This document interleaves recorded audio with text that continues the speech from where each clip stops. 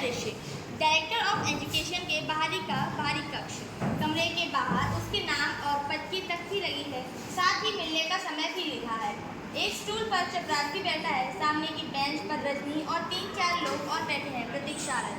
रजनी के चेहरे से बेचैनी टपक रही है, बार बार घड़ी देखती है। मिलने का समय समाप्त होता जा रहा है। चपरासी से, कितनी देर और बैठना होगा? हम क्या बोलेगा? जब साहब घंटी मारेगा बुलाएगा तभी तो ले जाएगा। बहुत बिजी रहता है ना साहब। अपने में ही गुनगुनाते हुए, ये तो लोगों से मिलने का समय है ना, जाने किसमें बिजी बनकर बैठे रहते हैं। चपरासी दूसरी तरफ देखने लगता है। कैमरा ऑफिस के अंदर चला जाता है। साहब मेज पर पेपर वेट घुमा रहा है, फिर घड़ी देखता है, फिर घुमाने लगता है। बाहर एक आदमी आता है, अपने नाम की स्लिप के नीचे 5 रुपए का नोट रख कर देता है और चपरासी का कंधा थपथपाता है। चपरासी हंसकर भीतर जाता है, लौटकर उस आदमी को तुरंत अपने साथ ले जाता है। रजनी के चेहरे पर तनाव घूमकर चपरासी को देखती है। थोड़ी देर में आदमी बाहर निकल आता है। रजनी उठकर दंडनाती हुई भीतर जाने लगती है। अरे अरे किधर को जाता? अभी घंटी बजा क्या? घंटी तो मिलने का समय खत्म होने के बाद भी नहीं बजेगी। दरवाजा धकेलकर अंदर भीतर चली जाती है। अरे कैसा हो रहा है? सुन कुछ नहीं है। वहाँ बैठे 2-3 लोग हंसने लगते हैं। ऋषि कमरे के भीतर निदेशक कुर्सी को पीठ से टिककर सिगरेट पी रहा है। रजनी को देखकर आश्चर्य से, आपको स्लिप भेजकर अंदर आना चाहिए था। स्लिप तो घंटे से आपके चपरासी की जेब में पड़ी हुई है। क्या कह रही हैं आप? तो क्या ये सीधी सी बात ये मुझे समझानी पड़ेगी? और खैर अभी छोड़िए इस बात को। इस समय में आपसे किसी और दूसरे मुद्दे पर बात करने आई। निदेशक के चेहरे पर रजनी को लेकर एक आश्चर्य मिश्रित कौतूहल का भाव उभरता है। कहिए। देखिए, मैं स्कूलों, विशेषकर प्राइवेट स्कूलों और बोर्ड के आपसी रिलेशन के बारे में कुछ जानकारी इकट्ठा करने आई हूँ। कोई रिसर्च प्रोजेक्ट है क्या? Very interesting subject. बस कुछ ऐसा ही समझ लीजिए। कहिए, आप क्या जानना चाहते हैं? जिन प्राइवेट स्कूलों को आप रिकॉग्नाइज कर लेते हैं उन्हें बोर्ड शायद 90% ग्रांट देता है। जी हाँ, देता है।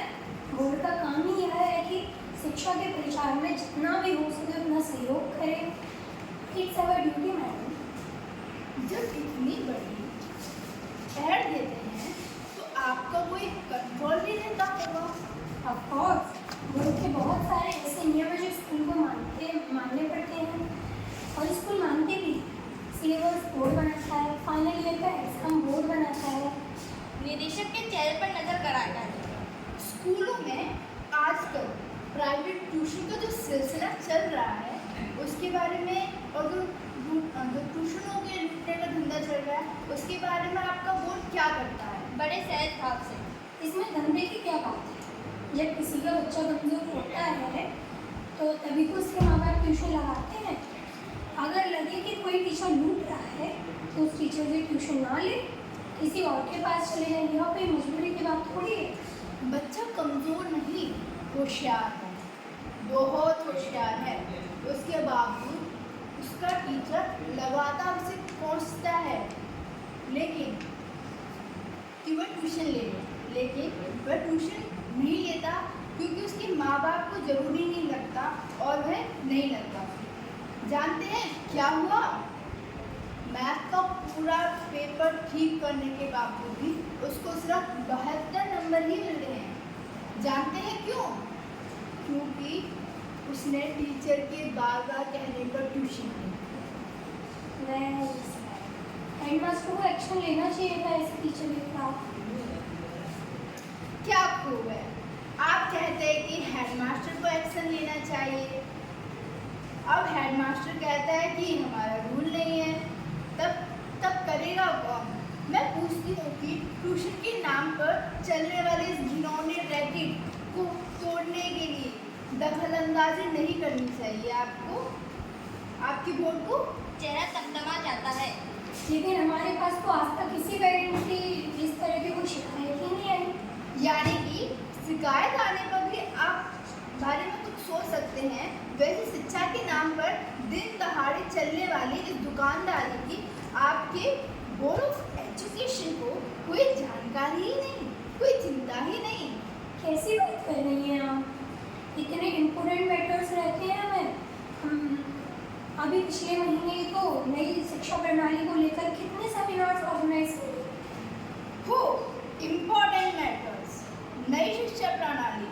अरे पहले इस शिक्षा प्रणाली के छेदों को तो रोकिए, वरना बच्चों के भविष्य को के साथ साथ उसकी नई शिक्षा प्रणाली भी क्षणगत गड्ढे में चली जाएगी। आप ही पहली महिला हैं, हो सकता है आखिरी भी हो, जो इस तरह की शिकायत लेकर आई हैं हमारे पास। ठीक है, तो फिर मैं आपकी शिकायत का ढेर लगा के दूंगी। झटके से उठकर बाहर चली जाती है। निदेशक देखता रहता है, फिर कंधे उचका देता है। अब मोन्टाज में कुछ दृश्य दिखाया जाए। रजनी फोन कर रही है, मेज पर कुछ पत्र रखी है और रजनी एक रजिस्टर में उनके नाम पते उतार रही है। साथ में एक दो महिलाएं और भी हैं। फिर एक के बाद एक 3-4 घरों में माँ बाप से मिल रही हैं, उन्हें समझा रही है। साथ में लीला बहन और 3-4 महिलाओं का भी दृश्य है।